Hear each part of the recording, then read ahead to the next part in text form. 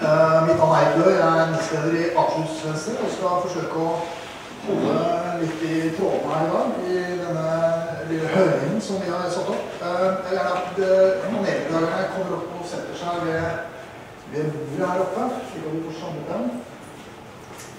Det er jo en sak som vi synes krever litt mer opplyst, og vi tror at med mer her så får litt mer informasjon om saken. Hører du meg bra?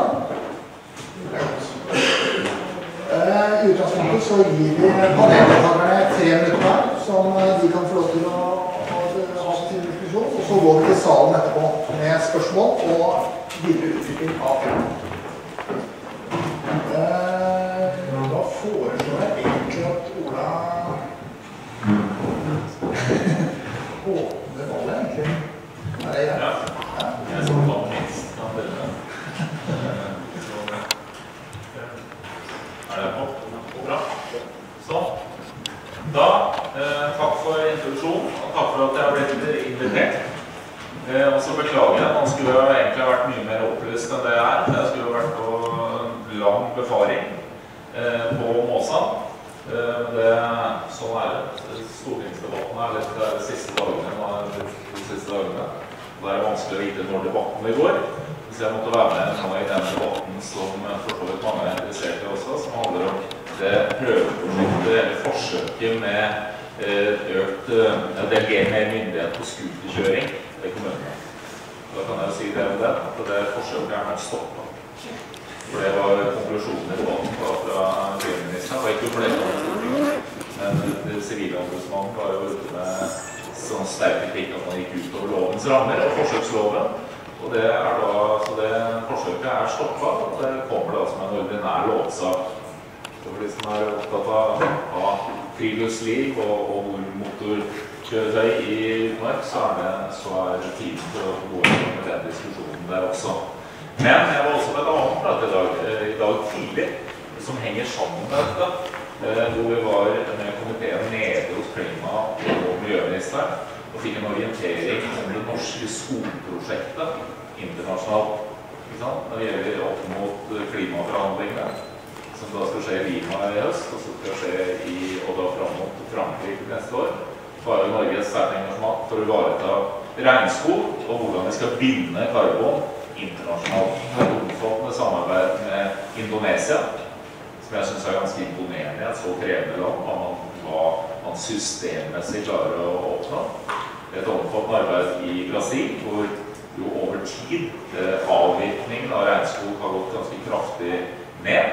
Et samarbeid i Guyana, hvor det jo ikke er noen reduksjon i regnskog. Og dette er veldig bra. Ja, jeg må bare prøve det at det blir litt. Jeg bare setter meg litt nærmere. Og dette er veldig bra. Og da kommer jeg til det her. Så jeg mener at det synes jeg vi helt sikkert også flere er interessert i, er at vi trenger å tenke mer som vi gjør internasjonalt, også når vi skal ivareta den norske, både skogen og det norske landskapet. For det er klart at vi også, selv om den norske skauen er jo sånn, at nå avvirker vi mindre enn det som er tilveksten. Så det binder jo mer i karbon også i det ordinære skogbruket. Så bør vi også se på å bli flinkere til å ivareta de karbonlagrene som vi har i norske myrer. Gjennom 10 år på 10 år så har det jo vært motsatt. At det dreneres og dreneres og dreneres. Og uten at man egentlig har satt inn i et større perspektiv. Og der kommer på en måte også min rolle inn som leder av energi- og miljøkomiteen på Stortinget.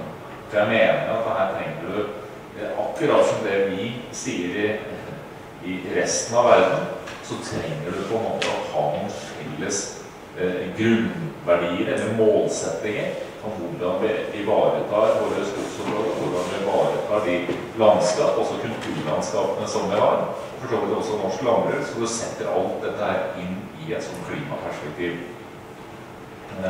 Og da blir det en del av en nasjonal strategi, må bli, å ivareta de lagrene som vi har. Og så kan ikke jeg gå inn i enkeltsaken på denne, for jeg kjenner den ikke godt nok. Men det klart at det jo et stort miljøområde. Og perspektivet på de 260 000 tonn, det jo omtrent, hvordan det? Oslo har et utslipp i året på 1,3 millioner tonn. Det vi nå på Stortinget har kranglet om lenge med elektrifisering av Utsirahøyden, og få på plass de siste plattformene som skal elektrifiseres der, så det snakk om utslipp i året på litt, ja, sånn 300-350 000 tonn. Så det klart at 260 000 tonn mye i et sånt perspektiv. Det utslipp som store, og som selvfølgelig også da blir sånn sett et lager som blir borte, og har sånne, og en nasjonal interesse. Det jeg tror vi trenger å gjøre å lage en strammere nasjonal politikk som går på hvordan vi hele tiden skal ha med en klimaperspektiv inn i den landskapsforvaltningen som vi har her, som vi snakker om også når vi reiser internasjonalt. Jeg vil tro at det også et krav som vil komme også fra internasjonalt, at vi også på en måte legger til grunn de samme føringene som vi mener der ute. Og hvis vi gjør det, så får vi jo med den tilleggsgevinsten som ligger på friluftsliv, og ikke minst på dette på biologisk mangfold. Vi har en tendens til å bli litt borte i den store klimadebatten. Fordi den oppgaven så stor, så blir på en måte det som går på biologisk mangfold, det som går på det tradisjonelle naturvernet, litt borte i diskusjonen. Og det bør det ikke bli, for det klart at der utfordringene like store som det alltid har vært. Og i krisa så det på biologisk mangfold like stor og større enn den har vært tidligere, ikke bare på klimaet, men også den generelle utviklingen. Så det sånn det flere ting som trenger i samme retning.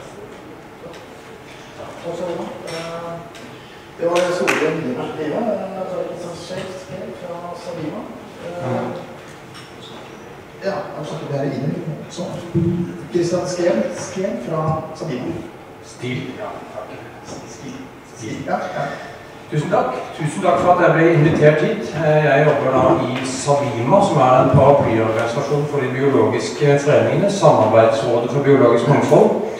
Så jeg representerer en nasjonal organisasjon som opptatt av nettopp det som Ola sier, har en tendens til å bli litt glemt. Vi må kanskje ta litt skylda for det, men vi gjør så godt vi kan for å løfte det, og det skal vi også gjøre her nå.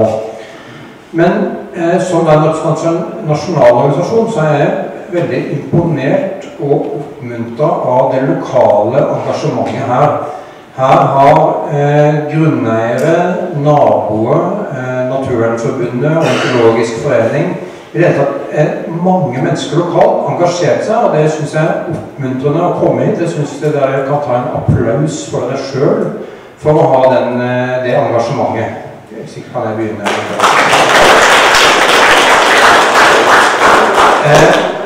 Vi trenger det, altså vi jobber nasjonalt med lovgivning, med forvaltning, men uten et lokalt engasjement så det mulig å få til noe både i enkeltsakene og i å forandre lovgivningen.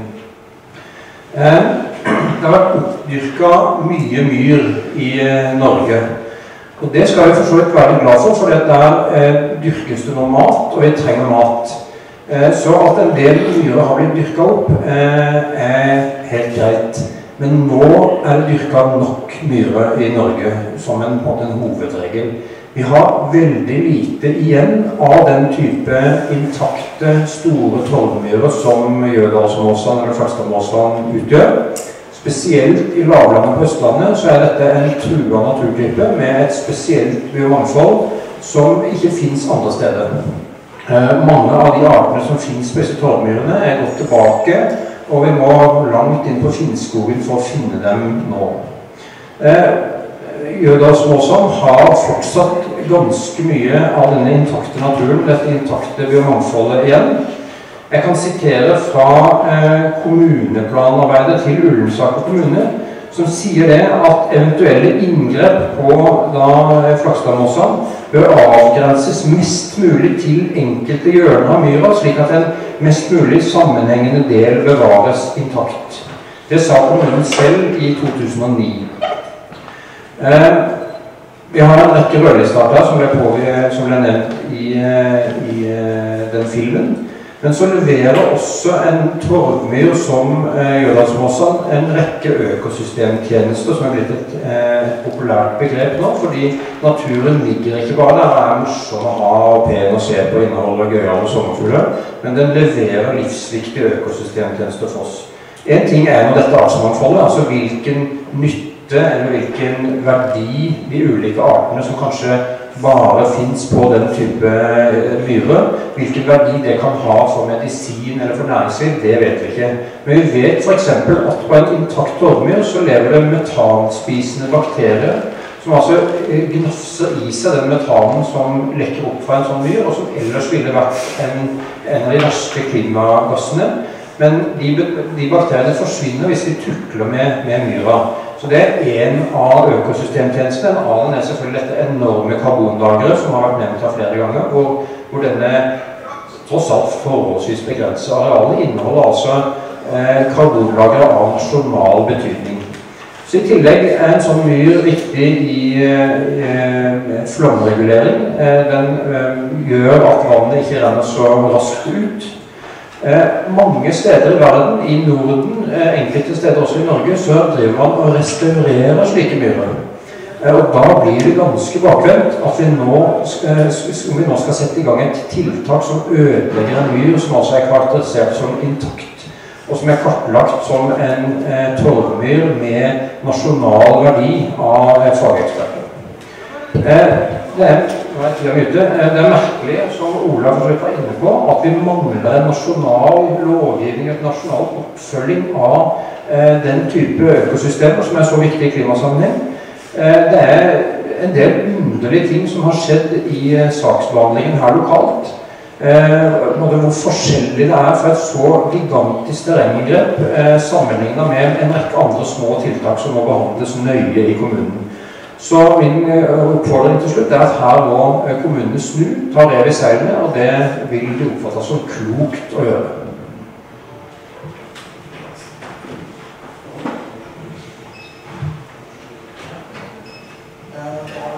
Ornitologisk forening, Håkan Billing. Hei, jeg da leder i Norsk Ornitologisk Forening Oslo Akershus. Så jeg står i gang med Flakstadmossan. Ja. Så jeg driver på det lokale planet, Oslo Akershus. Vi opptatt av. Ornitologisk forening jo ikke primært en fuglekikkerforening, som kanskje mange tror, men vi foreningen for fuglevern. Og vi jobber ikke bare med fugl, men naturen som helhet, med å verne naturen, spesielt fugl, for at alt henger sammen. Vi kan ikke bare plukke ut en ting. Det som gjør at vi føler at det viktig å konsentrere oss på fugl i mange sammenhenger, spesielt også på Flakstadmossan, at fugl en veldig god indikator på hvordan det står til ute i naturen. Forandringer vises veldig fort i fuglelivet. Det lett å følge med på, lett å kartlegge, lett å registrere. Og når vi da ser at enkelte naturtyper forsvinner mer og mer, og blir sjeldnere og sjeldnere, og vi ser så klart at fuglearter på grunn av dette her begynner også å forsvinne og bli mer og mer sjeldne, så det et veldig alvorlig tegn på at noen ting holder på å skje som ikke bra. Og derfor vi så opptatt at området som da Flakstadmossan, som det de siste store intakte torvmyrene som vi har i Akershus. Hvorfor skal vi miste den? Vi har allerede mistet en art i 2007, om jeg ikke husker årstallet helt feil, Hortolan. Den ble utryddet i Akershus i 2007. Den hekket helt frem til da. Den var veldig vanlig før i tiden. Det en nasjonal handlingsplan for arten for å få det tilbake. Vi ønsker å reetablere arter. Vi vil helst at den skal begynne å øke igjen, for den minsker i hele landet. Finnes det ett sted hvor den kan komme tilbake til Akershus, så er det nok på Flakstadmosen, for det er det eneste området som er igjen som er attraktivt nok. Og vi ser på dette et faretegn, altså, som vi mener er så viktig å passe på. Og i tillegg, alle de rødliste artene som vi har, som hekker på Flakstadmosen, det er, altså, hver eneste art som forsvinner er et tegn om at nå må vi se oss om, nå må vi passe oss. Og vi har klaget på dette her vedtaket, vi også, og vi håper inderlig at vi får bevart denne som er så viktig. Da er Einar Sokstad, som er grunneier og kjent fra filmen, og kjent også for den som startet mye av dette interesset for å klare. Ja, jeg er nok ikke grunneier lenger, jeg har alltid vært det, men jeg vil da gå inn litt ta saksforhandlinger gjennom det året som har gått. Og gravinga på Jødarsmossen, den startet da 4. april i fjor. Og vi hadde trodd at det skulle bli sendt ut en nabovarsel, og så store inngrep skulle bli gjort i nabolaget vårt. Men det var det ikke. Så vi ble tatt alles på senga. Og verre ble det jo når da den grøfta som ble laget, da førte til at det ble skadet på nedliggende grøftesystem på dyrkemark. Og det er noe vi sliter med fortsatt, og vi har aldri fått noe gehør for at de som forårsaker dette her, vil ta på seg det fulle ansvaret for den skade som blir. I konsesjonssøknaden til Degernes Torv så står det at de vil oppgradere de gamle grøftene. De gamle grøftene var da ca. 1 meter. Det kan tidligere anmeldelsestyret 6 som sitter her i kveld bekrefte. Og når de da gikk ned til 4 meter, så må vi jo kunne si at det var ikke bare å oppgradere de gamle grøftene, men det er høye konsesjonsbetingelsene unødig langt. Det står også i konsesjonssøknaden at de skulle drive videre den lovlig etablerte virksomhet, men tidligere så var det jo da bare en veldig beskjeden virksomhet oppe i Jødarsmossen, med lokalt salg stort sett. Og det som da nå skjer, det er jo en helt annen verden vi får se. Med da harving og støvsuging, slik at den industrielle virksomheten som da går i startfasen, den vil snu helt opp ned på det gamle målsamfunnet oppå der. I tillegg så står det også det i sakspapiret at Ullensaker Armenning, som står som eier, og Degernes Torv, som da er eier, ønsker i størst mulig grad å ivareta de samlede interesser i området på en god måte. Og vi synes jo at den starten som de har lagt opp til, er veldig betenkelig med tanke på da et godt samarbeid. En begynner ikke med å ta seg til rette på den måten som det de har gjort, og slå på meg etter og forvente at vi skal bare akseptere det som skjer. Vi reagerte borti Jødarskreina, og vi gikk rundt med underskriftskampanje, og av de 51 som ble spurt, så skrev 50 under på at de var imot dette som nå var i ferd med å skje. Vi klaget kommunen skriftlig, og fikk da svar derfra om at vi ikke hadde klagerett. Vi klaget igjen, og fikk da slutt gehør for at vi ville ha klagerett, men klagingen ble avslått. Og dette ble altså sendt videre til fylket, hvor det var samme prosessen. Klagingen ble avslått der. Vi kontaktet miljøavdelingen hos fylket, og det samme skjedde også der. Ja.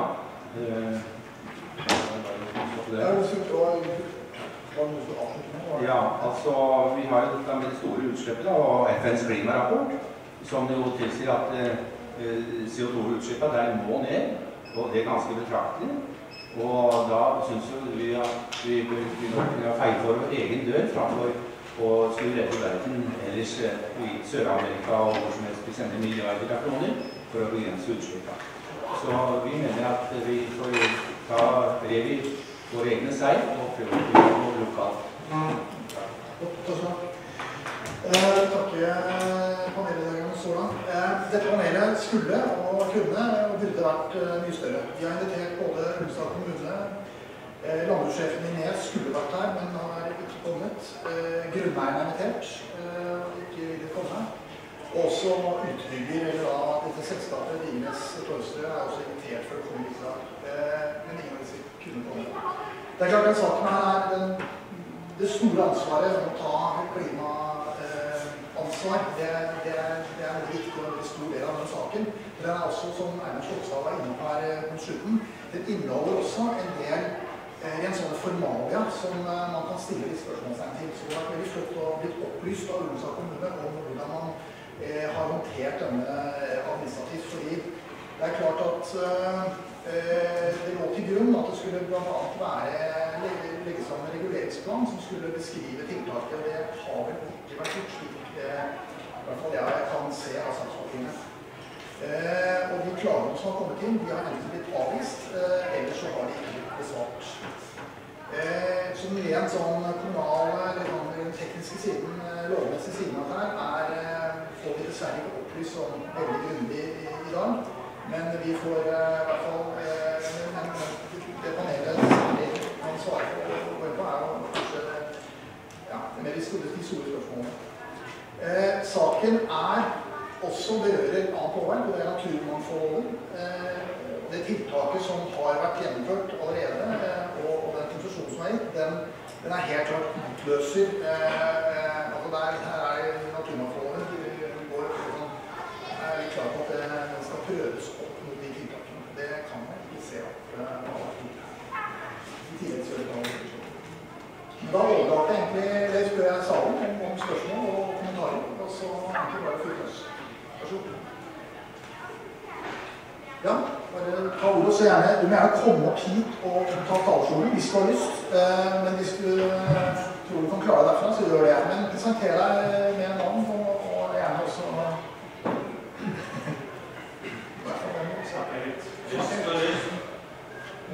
Jeg må begynne å beklage at jeg kom litt sent. Jeg har ikke hørt hva som har blitt sagt, så det kan hende jeg gjentar noe av det som har blitt sagt. Jeg vil begynne å si at den utviklingen som nå skjer på Idrettsmåsa, den er sinnssyk. Det er i forhold til veldig mange kriterier. Det er i forhold til biodiversitet. Først må jeg presentere meg. Chris Gullern, gårdbruker i Ullensaker. Jeg er også medeier i Allmenningen. Så i Allmenningen, som bedriver den utviklingen, så vil jeg sterkt stemme imot den utviklingen som foregår. Her er grunnen. Biodiversiteten har vært nevnt. Det gjelder da de vekstene som av spesielle slag som vokser på disse myggene. Det er fugleliv, det er langt mer enn fugleliv. Det er masse insekter, det er friarealer for også pattedyr. Disse torvmyggene i Ullensaker har jo en forhistorie. Det norske myggselskap ble dannet i 1902, da for å stikke torv, som det het. Det har skjedd rundt omkring. Da stakk man torv ned i en dybde på 50 til 90 cm eller noe sånt, og tok ut for hånd. Dette gikk ut av bruk mellom fra 1930-tallet til 1950-tallet. Siden har regelverket åpenbart ikke blitt særlig oppdatert eller oppgradert. Det er en problemstilling man står overfor her nå. Slik at man utvinner nå med moderne maskiner som om man holdt på for 100 år siden. Det er en del av sønnsykdommen. Regelverket er ikke adekvat. Jeg har sett den videoen som Venstre har vært så flinke å lage og legge ut. Takk skal dere ha. Jeg har vært ute på disse måsene i Ullensaker, har også på måsa andre steder, og synes de er flotte som naturfenomen. Det er veldig rart og behagelig å gå der. Det er litt sånn tidløs tilstand der ute. Og det er nettopp fordi det har tatt 10 000 år å etablere disse myggene siden siste istid. Og så har de da siden siste verdenskrig stort sett ikke blitt mye utnyttet.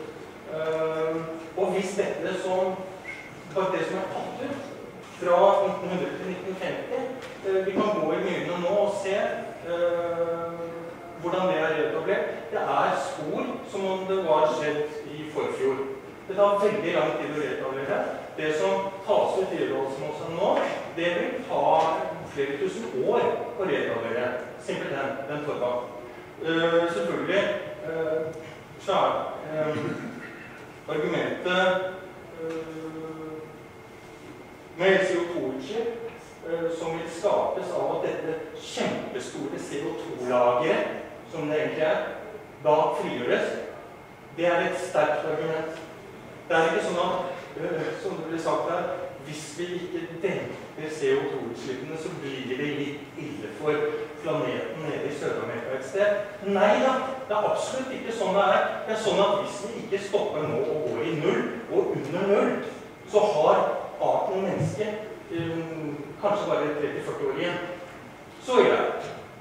Og i den situasjonen, å frigjøre kjempestore CO2-lagre, det det jeg visste til som sier. Så det også for resten av landskapet viktig med den vannretensjonen som disse myrene gjør. De tar vare på flomvann, og med den klimaendringen vi har pådratt oss, så vil vi ha mye mer flommer enn tidligere, så vi behøver den typen svamper mye mer enn før. Og selvfølgelig vanlig friluftsliv, at vi alle behøver noe sånt som et variert landskap rundt oss for å ha psykologisk gode tilstander i oss selv. Det noe som kanskje ikke kommer veldig på listen overfor en utnytting som folk tjener penger på, men det absolutt noe som folk emosjonelt avhengig av. Takk! Alle går klare?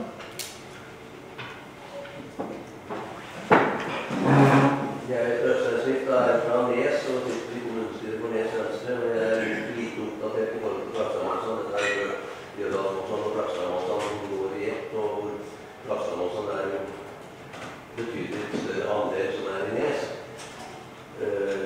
Jeg kjenner ikke til at det gitt noen tillatelse til å drive utvinning av den typen i Nes. Det pleier å være en praksis at masseuttak det skal til politisk behandling, så det noe jeg må sjekke det litt nærmere opp.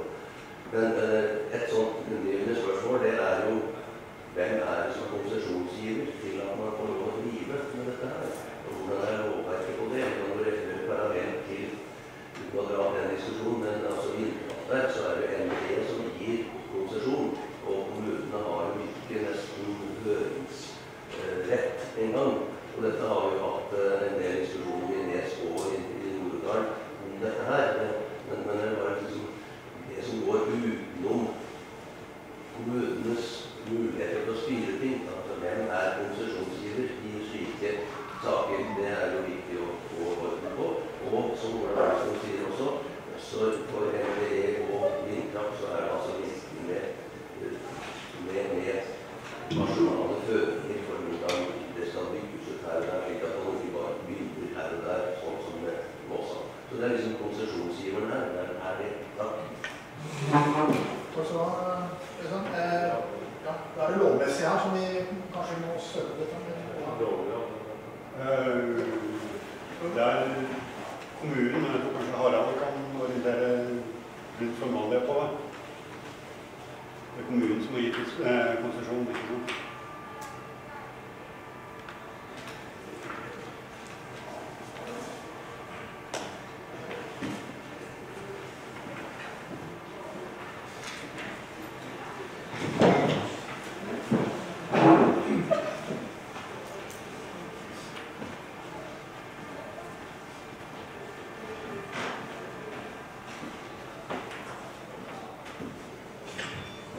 Til samtlige. Jeg hadde vel egentlig tenkt meg å lytte litt grann og høre hva som blir sagt i kveld.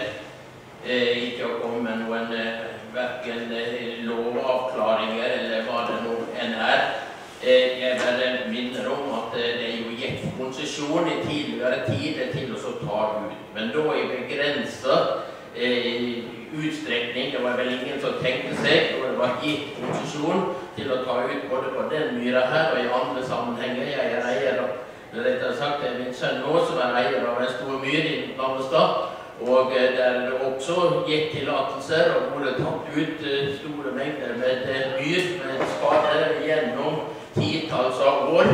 Og jeg har ingen begrensninger eksempelvis på den myra der oppe til å stanse for det gitt ubegrenset tidsmessig på å ta ut dette. Jeg har jo lyst til å nevne at det jo eierne av myra, det jo gårdbrukerne rundt om i vår kommune. Og Ullensaker allmenning har jo slått seg sammen med de andre allmenningene, så det jo gårdbrukere sikkert i flere regioner.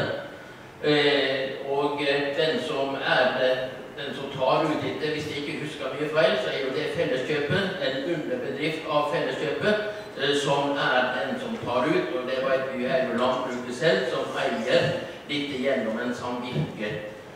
Så jeg stusser jo en liten grann når det kommunen som blir stilt opp som kanskje den som burde gå inn og sette ned foten. Altså landbruket har et ansvar her, og det ansvaret bør en ta. Og jeg synes jo det at de bør jo starte med de som har eieransvaret her, og de som ser profitten i det. Bare alternativ eksempelvis til det bedriften driver på med. Det har endret seg, men vi ser jo at det viktig å ikke begynne å skave av god matjord til å være til plener og til andre settinger. Jeg synes jo at de som tar myr, blander det med annen masse og får god matstruktur gjort på dette. De gjør en fantastisk flott jobb, og på den måten sparer de også den dyrka marka i regionen. Vi har sett mange steder hvor det har blitt tatt bulldoser, skavet sammen store jordhauger og kjørt ut til de som i ferd med å etablere seg, for alle ønsker grønne og flotte plener. Og da det, som sagt, da det torv veldig nyttig å bruke til disse formål. Nå har vi sendt saken inn over til fylkesmannen, det vel 1 år, siden vi sendte de inn første gangen. Jeg har ikke fullt så nøye med om jeg vet om vi har fått noe endelig svar fra dette. Det har vært klaget på dette her. Jeg tror kanskje det sendt enda 2 ganger inn over til fylkesmyndighetene, de som har det overordnet ansvaret. Og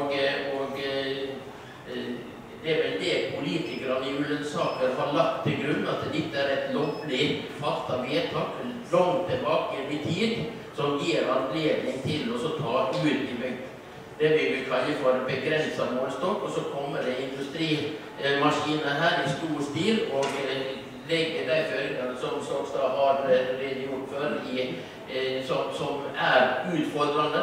Jeg ser også dette med den store transporten som jeg vil tro nabolaget veldig skeptisk til. Det mange lastebiler som skal inn på smale, dårlige veier, og at det blir da frustrert og bruker ulike argumenter for å si at nei, dette her uakseptabelt. Men jeg litt skuffet over at da Almenia, hvis dette her en så viktig funksjon som dere har påpekt her i dag, at ikke landbruket tar det ansvaret og så sier at nei, vi ser ikke til det. Det faktisk den ene handa som ser det til den andre, og er med og utfordrer de ting som dere har vist på. Landbruket bør kanskje gå i seg selv litt her, og så spør jeg om ikke det var rett å vurdere dette her på nytt. Og det jo småpenger, og jeg setter ikke ned til kommunen som noen nevnte nå, at jeg skal gi litt for meg selv. Det må jeg nok sannsynligvis ordne opp i selv, hvordan den skal takle den mindre delen litt der. Jeg har hentet torvstrøy på Almenia før selv, og brukt i kureddene for at det skulle samle opp urinen og være et veldig godt grunnlag for å forbedre jordsmålet på lett, fin sandjord, og det har det vært veldig nyttig og greit til, men da har det ikke vært noe stor maskindrift på dette. Så jeg ville egentlig oppfordre til at dere som altså bor i leiken der borte, en del av landbruket, at dere retter en henvendelse til grunneierlaget, eller de som fellesskapet der, og sier at dette her uønsket.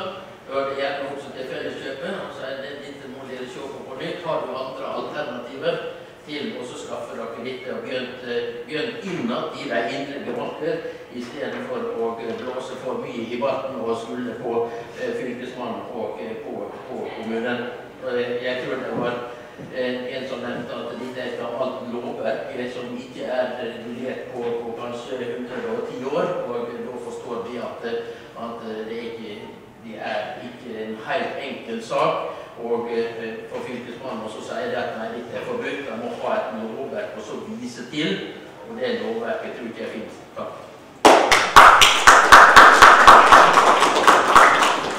Ja, tusen takk for det. Jeg tror det nettopp det her vi er inne av kjernen, og det på en måte hva slags lovverk gjelder, og hva slags muligheter har man for å stoppe og begrense dette her, og har det mange gode forslag. Jeg tror ikke vi er ute etter egentlig å henge ut noen, som vi er ute etter å finne ut hvordan vi kan få løst dette. Altså, hva den beste metoden, beste fremmåten for å få stoppet denne utviklingen av torva. Men hvordan var det gjort? Ja, nei, jeg synes det var veldig mye til. Jeg synes det var veldig klargjørende. Og særlig hvis det sånn at kommunestyret i at dette ikke noe ønske fra kommunestyret, det ikke noe man sånn sett gir tillatelse til. Og så kjenner jeg sånn på plan- og bygningsloven så godt det også, at da det helt sikkert viktig at selv om det virkemidlet du har, det en omregulering, men det påvirker jo ikke den aktiviteten som der. Så da det helt sikkert sånn at kommunen i seg selv, det kan helt sikkert stoppe en utvidelse, men det kan ikke stoppe det som i gang i kommunen. Og da høres det ut som skal du ha inngrep i det, så det egentlig så det de som grunneier, de som eier, har selvfølgelig full mulighet til å stoppe aktiviteten. Eiendomsretten står sterkt i Norge, og det går jo begge veier. Ellers så det helt klart at dette krever også noen nasjonale initiativ. Det gjelder inn mot myr generelt.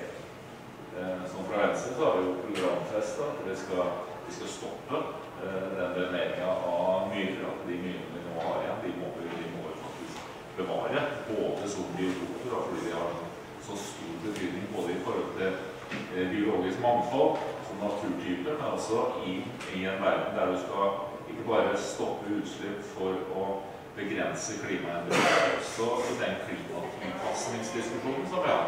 Det klart at den måte eting karbongassen, og det fungerer i forhold til vann, og stabilisere det etter hvert som vi får mer nedbør, så må vi inn med nasjonal politikk. Og det jo det fremste, i hvert fall uten at jeg kan det, så at det sånn må du ha lovendring som vi trenger å gå inn i, som står mer enn det. Men så det du sier også, at dette torvmyr av nasjonal verdi. Og hvis det riktig, så det klart da må det også komme initiativ. Da må det være nasjonale myndigheter som man utfordrer til å komme i initiativ for å ivareta de nasjonale verdiene. Det slik at staten kan ha myndighet til å verne og stoppe den aktiviteten som skjer der. Så jeg tror fra min del så dette for så vidt man har tenkt på en stund. At vi skal ta initiativ på det feltet her, men jeg synes det å komme hit understreker at nå må vi, at det blir ikke bare å snakke, vi må begynne å handle. Alle vet at sånne prosesser tar tid, og da må vi på en måte begynne å jobbe for å drive fram en annen politikk, sånn at du tar et større nasjonalt ansvar, både for klima, klimatilpasning, og også det som går til biologisk mangfold. Kan jeg utfordre deg på det med konsesjonslovgivningen, hvis den på et veldig godt, altså hvis den har en veldig stort areal, at det egentlig bør ned det arealet også, så kan det være det så en vei å gå. Du vil må se på, eller for å si det sånn, veldig sånn at jeg ikke vil dra på den befaringen. Men jeg tror jeg vet hva jeg mener. Det klart at dette ikke noe som for i det hele tatt. Og det klart med sånne ting, når du ikke helt vet hvor du inngrep, så må du jobbe på, så må du tilnærme deg fra alle sider, og se hvordan du klarer å få til en bevegelse. Og så hele tiden, i hvert fall for meg, så vil det være inn mot denne saken spesielt, for den har en nasjonal verdi I seg selv. Og så det den generelle politikken som går på karbonlagre, som går på biologisk mangfold. Jeg har lyst til først bare minne om dette med økonomien I det, for det har ikke vært nevnt helt konkret hvilke tall jeg snakker om. Førstehåndsverdien ble å utvinne denne torva I størrelsesorden 20 millioner kroner. Når den torva utvunnet og anvendt, så sier forskerne I Bioforsk at da vil det meste av det karbonet være ute I atmosfæren. Og det karbonet tilsvarer utslipp for nesten 150 000 biler. Tar du CO2-avgiften som 150 000 biler ett år, så snakker vi 100 millioner kroner. Så altså, nettoen I dette prosjektet for samfunnet for AS Norge minus 8 millioner kroner, og dere leter etter penger for å få finansiert elektrifisering og det ene og det andre. Her har man da, det et kjempehull I samfunnslogikken I dette.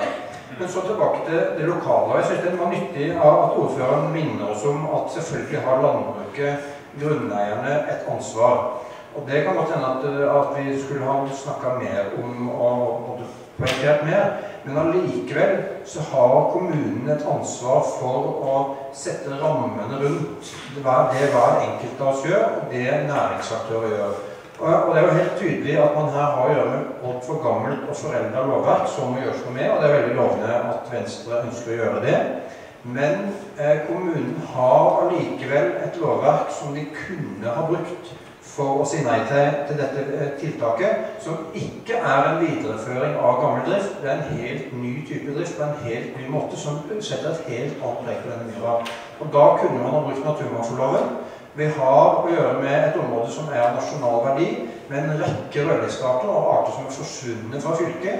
Helt opplagt at kommunen kunne ha brukt det lovverket og sagt nei, denne konsesjonen kan ikke gis eller videreføres fordi det til skade for naturmangfold. Og det burde kommunen ha gjort, og kan fortsatt gjøre.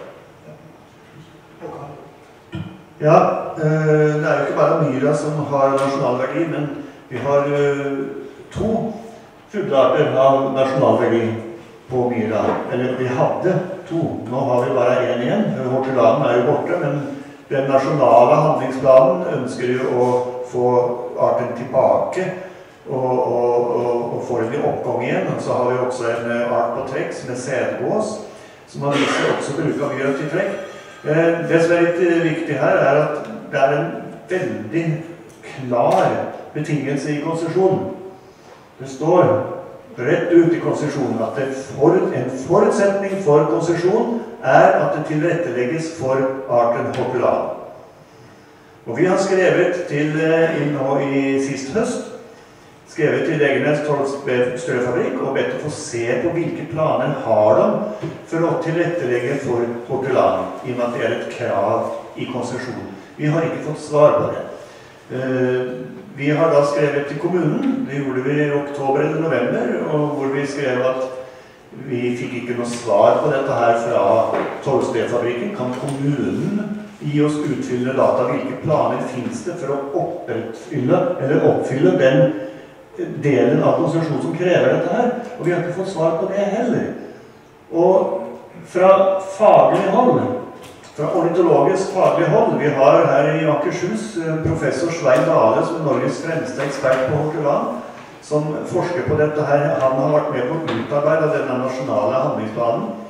Han hevder at det totalt umulig å forene og tilrettelegging for hortulan med den industrielle torvdriften som I dag. Nå skal jeg bare nevne fort, vi var på denne her befaringen I dag, og jeg så jo og ble vist på hvordan det hogget ned småtrær og busker ute på myra som helt nødvendig for at hortulan skal kunne reetableres.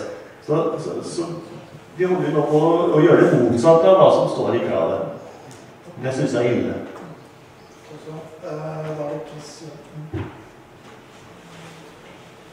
Ja. Hvis folk Ja, det var en kort blikk egentlig til regnskapet. Takk til ordføreren for hans gode innlegg. Det gjaldt dette regnskapet med hvem som tjener på det.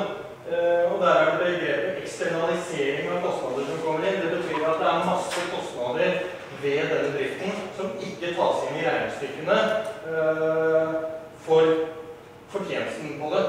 Det betyr at store deler av kostnadene faller på oss alle og alle senere generasjoner, i hvert fall i et par tusen år, mens inntektene tilflyter deres torvstrøfabrikk. Det det som ligger i begrepet eksternalisering. Det rett og slett en regnskapsfeil innenfor kapitalisme som vi her står overfor. Hvordan profitt for veldig få fører til kostnader for veldig mange. Når vi ser, det en ting. Når vi ser, og det en del av sinnssykdommen i dette, selvfølgelig. Når vi ser på utnyttingen som har vært gjort før, så kan hvem som helst gå ut på myrene og se at der det gjort i spor. Man var avhengig av, selvfølgelig, å ha en sted av myra å kunne stå på, for å kunne stikke spaden ned og ta ut torv. Det betyr at man fikk striper bortover. Så det var ikke hele myra som var berørt, til forskjell fra nå. Det kan være, jeg vet ikke, 50-60-70% kanskje, som ble tatt ut. Sporene, gangveiene for å kalle det, ble stående igjen. Det skjer ikke nå med de nye maskinene. Nå går 100%. Ikke bare går 100%, men det går ned i 4 meters styrke, som helt annerledes.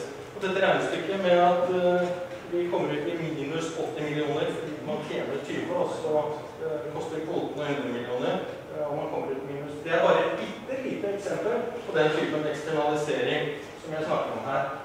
Det viktig å ta med seg. Kostnadene faller på oss alle. Profitten tilfaller noen veldig få. Jeg heter Gert Fredrik Malt og går fra Naturforbundet i Oslo. Og jeg var med på befalingen i dag. Jeg synes det litt uklart hva det som sagt om denne konsesjonen, og samtidig ikke det som det ganske viktig for sakens løsning. Det sagt av ordføreren at dette en eldgammel konsesjon, men nå får vi høre at ting som tyder på at det en nyere konsesjon. Kan noen av dere der oppe si noe entydig om det? Og uansett hva svaret det klart at mye av spørsmålet henger sammen med tolkningen av denne konsesjonen. Og et veldig enkelt resonemang omkring dette kan jo være at en ting å drive en myr, eller utnytte en myr, underforstått på en bærekraftig måte. En annen ting å ødelegge myren på den måten som skjer i dette tilfellet. Her virker det på meg som ikke snakk om å drive myren på en rimelig måte, det snakk om å ødelegge den. Ja, vi bare går i forhandling i løpet av 10 minutter cirka, så de som tegner seg under de neste innleggene. Da har jeg Ola lov en kort kommentar. Jeg var egentlig på noe tidligere. Den konsesjonen, det synes jeg kan være interessant selv når du kommer. For det klart, det brudd på konsesjonsvilkårene, så jo muligheter for det inngripen. Det kommunen, det vet ikke hvem som har gitt konsesjonen, men det brudd, så det jo muligheter. I hvert fall for å få inngrep i situasjonen. Ellers så det jeg skulle si i det landbruksoppgjøret som nå ble rettet på Stortinget denne uka. Så ligger en tilleggsmerknad til den. Så hvorfor også at du skal ha en melding eller utredning hva skal ha, men som er norsk landbruk også i klimaperspektiv. Så vil det ha betydning for denne type spørsmål. Sånn sett også så det i hvert fall noe som igangsatt, selv om det jo tar tid før du får det inn. Og det sånn sett en problemstilling som vi opptatt av. Ja, jeg kan svare på det om konsesjon. Det altså Ullensaker kommune som har gitt konsesjon, og det ble søkt om en videreføring av den eldre konsesjonen som da gikk ut, for det ble søkt 50 år av gangen. Og de søkte om nye 50 år. Og så ble det da satt en betingelse, to betingelser i konsesjonen. pluss en slags klausul som ikke står som en betingelse, men de forutsetter blant annet at man driver det på samme måte som før, noe som da ikke blir gjort. Og så skulle det tilrettelegges for arten hotulan som en klar betingelse, og så står det også at når torvuttaket er ferdig, så forplikter han seg til å påse at arealbruken, arealkategoriseringen, skal fortsatt være den samme som i dag. Det står det i konstitusjonen.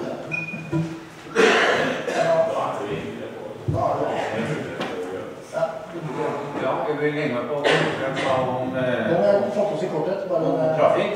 Og det er jo slik at Jødarsen-vegen, den er bare 4,5 meter brei. Og svinget og dårlig, som jeg har sett dere som har kjørt der. Og hvis vi går ut fra at de skal tømme en målstand i løpet av 50 år, så blir det altså ca. 800 trailerlass i året. Og det meste av det vil foregå på sommerstid. Og en trailer er ca. 260 brei. Det vil man si at det å møte med trailer i svinga der, det blir litt spøk. Og spesielt med tanke på skoleunger og mjuke trafikanter ellers. Så det er et argument som må fram. Det var nevnt også dette med økonomi, og jeg har regnet en del på dette her, og det viser seg at fordi 400 brukskreditter cirka i unnsaken, så kan det bli ca. 2 kroner dagen i netto, og det som gjør øvrige Gjøvarskåsene for. Videre så var det nevnt dette med felleskjøpet, og vi har hele tiden vært i dialog med felleskjøpet, men vi har liksom ikke klart enda å komme igjennom for det. Det snakkes om to separate organer der, det er styret, og det er da forretningsdrifta. Så vi skiter litt med det. Så det der står foreløpig. Takk skal du ha. Da er Ullern veldig kort. Veldig kort. Jeg har et konkret forslag, og det er i lys av det jeg har hørt her nå. Fra det ordføreren og Elvestuen har sagt, Elvestuen som formann i komiteen. Jeg foreslår simpelthen utvinningsstopp inntil et oppdatert regelverk er på plass. Takk. Roger, nå er du sistemann, det kanskje også har på ordet, men ja, det er ikke sånn strek her, men det er alltid fint. Ja. Så du er ikke sånn på meg, så vi kan ta en liten ja. Kort. Jeg tror ikke det trengs lovendring, jeg tror det trengs en forskriftsendring. Til plan- og bygningsloven så er det en konsekvensutredningsforskrift som administrasjonen bruker når man gjør disse vurderingene. Og det er nok viktig som det har blitt sagt her, at man har ikke sett for seg at bruk av torv eller torvdrift har endret seg til industrielt. Fordi det står, hvis det er mindre enn 1500 dekar, så trenger du strengt tatt ingen konsekvensvurdering av det for å få en konsesjon. Derimot, hvis du ønsker å ta ut grus eller annen masse, så er det, jeg tror det er 200 dekar, altså 200 mål, ned til 6 meter eller noe sånt. Så er det 1200 kubikkmeter. Når det gjelder torv, så er det ingen kubikkvolumbegrensning. Det er bare en arealbegrensning ut ifra historisk at man har lov til å spade og tatt av det øverste laget. Så det er nok mye gjort bare ved å se på konsekvensutredningsforskriften.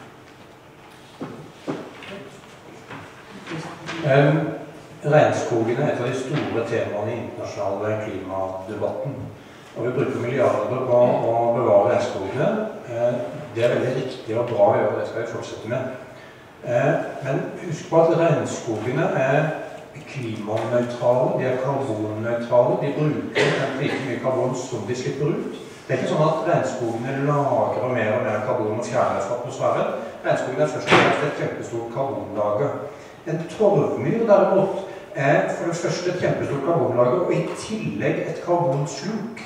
Hver eneste dag som torvmyra får leve videre, så driver torvmosene og andre vekster i myra og lagrer mer og mer karbon. Myra bygger seg mer og mer opp, til forskjell fra en regnskog som på en måte står der og bare er i balanse. Så en torvmyr er for klima et fantastisk økosystem, og i tillegg for naturmangfoldet et fantastisk økosystem. Høster vi, altså det som en torvmyr blir til om noen millioner år, er kull. Det er sånn vi har fått de store kullagrene våre, som jo alle er enige om at de må vi slutte å høste av.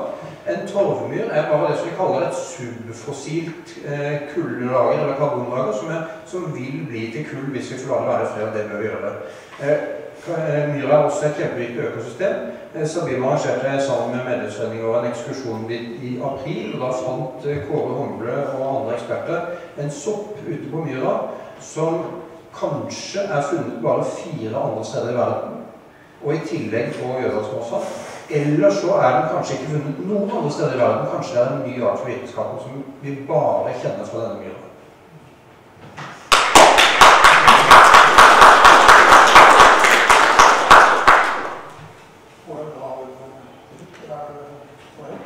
Nei,